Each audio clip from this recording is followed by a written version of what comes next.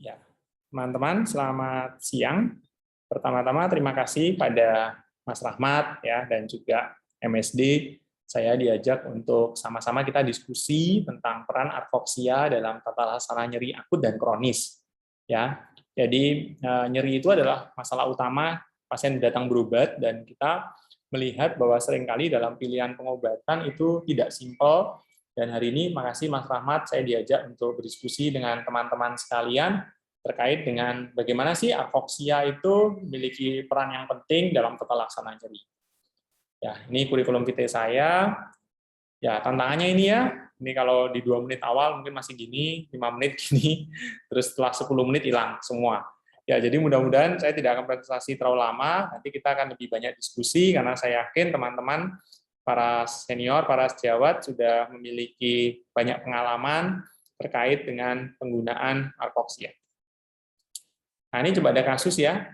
Perempuan 68 tahun dengan nyeri lutut kanan sejak 6 bulan yang lalu. Ya, nyeri lutut kanan sejak 6 bulan yang lalu. Kalau kita lihat batasan waktunya, maka ini adalah nyeri kronik ya, karena di atas 3 bulan. Nyerinya mengganggu aktivitas ya, dia tidak bisa naik turun tangga dengan baik, tidak bisa berjalan jauh ya. Kemudian pasiennya adalah pasien yang obes, dan kalau dicermati dari ronsen, maka kita melihat ada derajat OA dari Kellgren-Lawrence-nya adalah 23. Pasien ini mendapat terapi diklofenak 2 kali 50 mg dan glukosamin 2 kali 1, tetapi tidak ditoleransi dengan baik karena dia mengalami nyeri ulu hati akibat daripada penggunaan baik diklofenaknya. Nah, lalu kemudian dapatlah etoricoxib 1 kali 90 mg selama 5 hari, lalu 1 kali 60 mg, dan juga paracetamol dan PPI.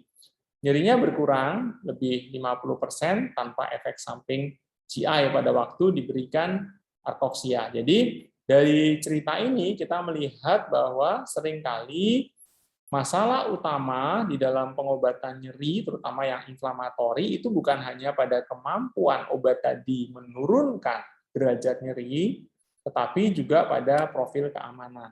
Apakah obat yang kita berikan tadi aman dalam hal ini pada sistem gastrointestinal dan juga nanti pada sistem kardiovaskuler. Sehingga apa sih harapan pasien pada kasus tadi ini ya? Kalau kita lihat, maka semua pasien kita dengan nyeri tentu berharapnya adalah penghilangan nyeri yang cepat ya, memperbaiki aktivitas harian dengan baik ya, aman tanpa efek samping, dan juga kalau bisa mudah digunakan. Nah, ini yang juga jadi tantangan sehingga pada banyak obat nyeri itu seringkali diminta untuk once daily ya, sekali sehari. Kenapa? Karena harapannya kalau dia sekali sehari maka lebih mudah digunakan dan bisa bebas interaksi, artinya tidak banyak terpengaruh dengan penggunaan obat-obat yang lain, dan kalau bisa harganya terjangkau. Nah, kan tidak mungkin ya efek penghilangan nyeri cepat tapi lalu kemudian muncul efek samping. Nah, ini kan kita nggak suka juga ya. Atau penghilangan nyerinya cukup cepat tapi aktivitas hariannya terganggu akibat dari munculnya efek samping juga. Nah, ini definisi nyeri ya, bahwa setelah beberapa tahun 1978 sampai 2020, definisi tadi diperbarui dengan adanya 6 kriteria baru atau 6 hal yang khusus pada nyeri. Nyeri adalah pengalaman sensorik dan emosional yang tidak menyenangkan terkait dengan kerusakan jaringan baik itu aktual ataupun potensial. Dan kalau kita lihat, maka nyeri itu selalu bersifat individu. Jadi jangan pernah mengatakan bahwa oh ini habis operasi, pasien yang di sana tenang-tenang aja, pasien yang di sini kok respon nyerinya berlebihan, teriak-teriak gitu ya. Jangan. Jadi kita tetap harus melihat bahwa nyeri itu bersifat individual ya. Nah, lalu kemudian yang kedua adalah belief pada pasien ya. Jadi karena dia bersifat individual, maka kita juga harus percaya pada keluhan-keluhannya ya. Dan seringkali nyeri itu tidak harus self report, tidak harus dilaporkan ya. Pada kasus-kasus pada pasien dengan gangguan kesadaran, apakah bisa terjadi nyeri? Sangat bisa. Ya, pada pasien dengan demensia apakah bisa terjadi nyeri? Sangat bisa. Jadi, pada kasus yang seperti itu maka kita harus memastikan bahwa secara mekanisme atau secara faktual bahwa nyeri itu ada. Ambil contoh misalnya pasien trauma kepala lalu kemudian patah tulang kaki. Kan pasti itu ada nyeri di sana. Walaupun pasiennya tidak sadar, pasiennya tidak melaporkan, tapi kan pasti ada nyeri. Nah, pada kasus-kasus yang seperti itu, maka pasiennya nggak bisa self report. Jadi ini definisinya ya, bahwa nyeri adalah pengalaman sensorik dan emosional yang tidak menyenangkan akibat kerusakan jaringan yang sifatnya faktual ataupun potensial.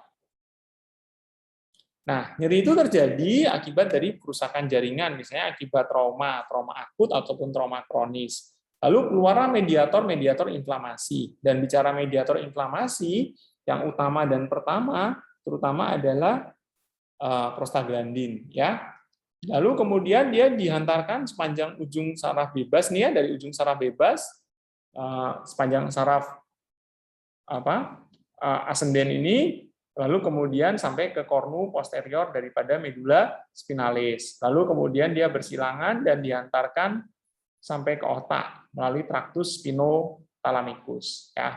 Nah, jalur ini disebut sebagai transduksi, transmisi, modulasi, dan persepsi. Sampai kemudian nyeri tadi dipersepsikan di otak. Klasifikasi, biasanya kita bisa menulisnya begini ya, nyeri itu bisa kita bagi akut ataupun kronis, ya, nociceptif, neuropatik, dan campuran, ya. Kemudian juga intensitasnya, ringan, sedang, dan berat. Nah, pada nyeri akut itu sebenarnya adalah sistem pertahanan tubuh kita. Jadi, nyeri akut itu adalah suatu sistem pertahanan tubuh untuk menghindarkan kerusakan yang lebih parah atau lebih lanjut dari suatu kerusakan jaringan. Ya. Sehingga respon itu sesuai antara kerusakan jaringan dengan derajat nyerinya. Tetapi seringkali kalau pada kasus nyeri kronis, misalnya pada postherpetic neuralgi, maka teman-teman tidak mendapatkan kerusakan jaringan yang sesuai dengan derajat nyerinya.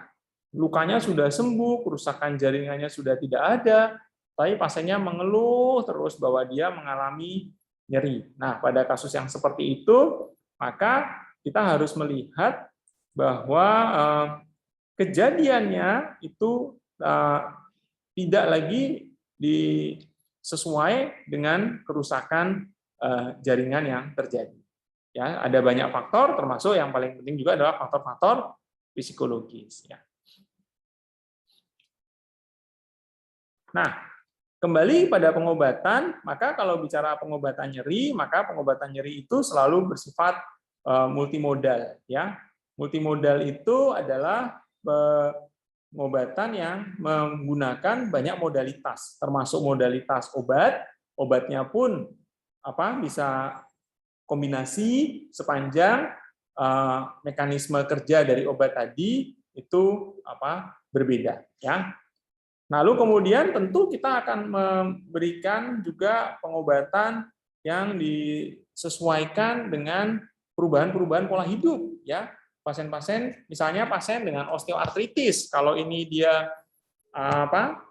obes seperti pasien kita, kalau dia obes, maka tentu nanti kita harus meminta pasien untuk menurunkan berat badannya, ya. Lalu kemudian alternatif, ya, misalnya suplemen yang kayak tadi, ya, atau rehabilitasi. Nah, maka strategi tadi bersifat multimodal. Lalu dari pengobatan yang sifatnya multimodal tadi, maka kita akan bisa mendapatkan pengurangan nyeri yang harapannya adalah benar-benar signifikan, ya. Nah, kalau bicara farmakoterapi, maka tentu pilihan utamanya adalah obat-obat yang bekerja untuk menghambat inflamasi. Nanti ada yang sifatnya selektif, misalnya arcoxia, atau ada yang sifatnya non-selektif, misalnya tradisional NSAID. Nah, lalu memang kita lihat ya bahwa NSAID, baik itu yang selektif maupun yang non-selektif, selalu menjadi pilihan utama. Ya, lalu kita tingkatkan bahkan sampai opioid. Nah, sehingga kalau tadi bicara multimodal, dari tahapan untuk tata laksana farmakoterapi, bisa saja kita mengkombinasi obat ya sepanjang mekanisme kerjanya itu berbeda. Jadi boleh nggak misalnya arcoxia ditambahkan dengan obat untuk muscle relaksan, ditambahkan dengan adjuvan, jawabannya boleh. Tapi kalau arcoxia misalnya dikombinasi dengan diclofenac, tidak bisa karena dia mekanisme kerjanya adalah sama. Nah, maka NSAID tadi adalah pilihan utama. Tapi kita lihat ya bahwa penghambatan terhadap sintesis prostaglandin tadi dengan menghambat enzim COX, siklooksigenase, COX-1 maupun COX-2 ternyata memiliki dampak yang bukan hanya menguntungkan dengan mengurangi nyeri dan inflamasi, tetapi di sisi lain juga akan menghambat kerja prostaglandin yang sifatnya adalah fisiologis. Sehingga prostaglandin yang sifatnya fisiologis untuk perlindungan lambung, untuk vasodilatasi, untuk perfusi renal, untuk agregasi platelet tadi menjadi terhambat. Apa dampaknya? Karena dia terhambat, maka lalu kemudian muncullah efek samping akibat dari penghambatan kerja prostaglandin yang sifatnya fisiologis. Nah, ini ada satu studi ya, bahwa pada real world terapi osteoartritis itu seringkali tidak tertangani dengan baik ya. Kalau dia tidak tertangani dengan baik, maka kita nanti melihat apakah diagnosisnya benar atau apakah pilihan terapinya benar ya. Nah, mari kita cermati. Ini ada satu survei yang kita sebut dengan survei osteoartritis real world terapi ya. Respon terhadap pengobatan nyeri dengan obat nyeri yang tidak memadai. Ini dilakukan di 6 negara Eropa dan pasiennya jumlahnya besar ya. Nah, kenapa penelitian ini penting? Kenapa? Karena dia ingin melihat sebenarnya banyak sekali kelompok pasien kita yang sebenarnya pengurangan nyerinya itu tidak adekuat, inadequate pain relief ya. Nah, kalau bicara inadequate pain relief itu jumlahnya banyak, lebih dari 50% pasien itu tidak mendapatkan pengurangan nyeri yang adekuat. Ya, nyerinya tidak berkurang 30 atau 50% dibanding baseline. Hanya kurang dari 50% yang nyerinya itu berkurang secara adekuat. Dan kalau kita lihat, maka NSAID itu sudah digunakan pada sebagian besar pasien, dan kalau kita cermati, maka persentase yang tadi inadequate pain relief itu cukup besar ya, artinya apa? 71%. Ya, total daripada pasien ini ada 75% yang memang dia inadequate ya, bahkan dengan opioid juga sekalipun. Dan nyeri yang tidak berkurang adekuat tadi berhubungan dengan status fungsional yang lebih buruk yang digambarkan dengan skor WOMAC. WOMAC itu adalah Western Ontario and McMaster University Arthritis Index ya. Skor WOMAC tadi semakin tinggi, maka dia adalah semakin buruk ya. Maka kita cermati bahwa kalau nyerinya tadi tidak berkurang ya, inadequate pain relief yang warnanya merah-merah ini, maka dibandingkan yang adequate pain relief, maka ternyata pengurangan nyeri yang baik itu juga memperbaiki status fungsional daripada pasiennya. Nah, maka bagaimana nih pada orang-orang yang tidak berkurang tadi? Nah, lalu ada studi yang bagus nih, studi POWER namanya, yang dia melihat bahwa pasien OA yang sebelumnya sudah diberikan obat antiinflamasi non-steroid atau analgesik lain, dialihkan pada arcoxia 60 mg 1 kali sehari selama 4 minggu. Ya, tanpa medication washout ya. Ternyata hasilnya adalah ini ya, terapi sebelumnya sudah pakai celecoxib, sudah pakai meloxicam ya, 2 obat ini kan sering kita pakai ya, diclofenac ya. Sudah dipakai ini, lalu kemudian tidak berkurang, lalu langsung diganti arkoxia 60 mg. Ya, ternyata dari penggantian tadi setelah 4 minggu pengobatan dengan arkoxia, 70% pasien mengalami pain relief. Nah, ini baik ya. 70% mengalami pain relief, dan kalau kita cermati, lebih dari separuh pasien itu mengalami pengurangan nyeri lebih dari 50%, 30%. Dan ada sepertiga pasien yang bahkan nyerinya berkurang lebih dari 50%. Nah, ini baik ya, bahwa lebih dari separuh nyerinya berkurang lebih dari 30%. Dan kalau kita lihat, maka kepuasan daripada investigator global assessment itu juga meningkat ya. Setelah 4 minggu pengobatan dengan arkoxia. Bahkan ada yang good sampai excellent, dari 2% naik menjadi 43%.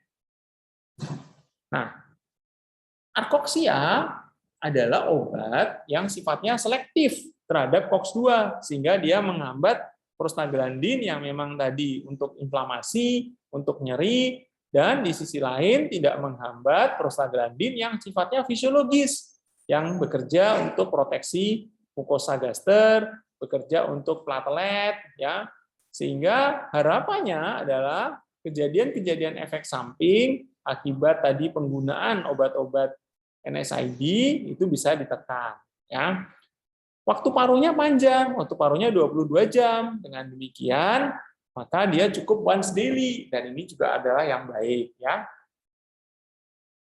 Karena dia 42 jam,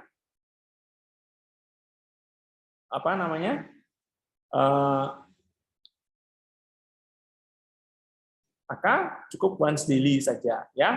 Dosisnya 1 kali sehari. Dengan demikian, maka kepatuhan terhadap pengobatan itu menjadi lebih baik. Dan kita lihat dia bisa dikonsumsi baik dengan makanan atau tanpa makanan.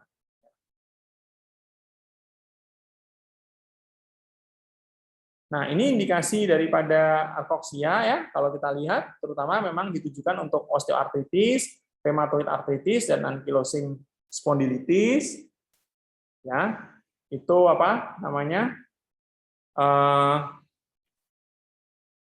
tiganya ini adalah penyakit-penyakit nyeri kronik, tapi bisa juga untuk kasus-kasus yang akut, misalnya pada gout artritis yang akut, ya, dan nyeri kronik muskuloskeletal, atau pada kasus-kasus yang berhubungan dengan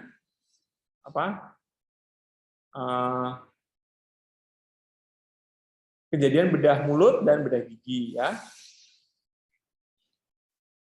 Baik itu ya, jadi osteoartritis, chronic pain ya 60 mili, kalau yang 90 mili itu untuk RA, ankylosing spondylitis, atau bisa untuk postoperatif dental pain, atau bisa juga yang gout artritis pada yang dia 120.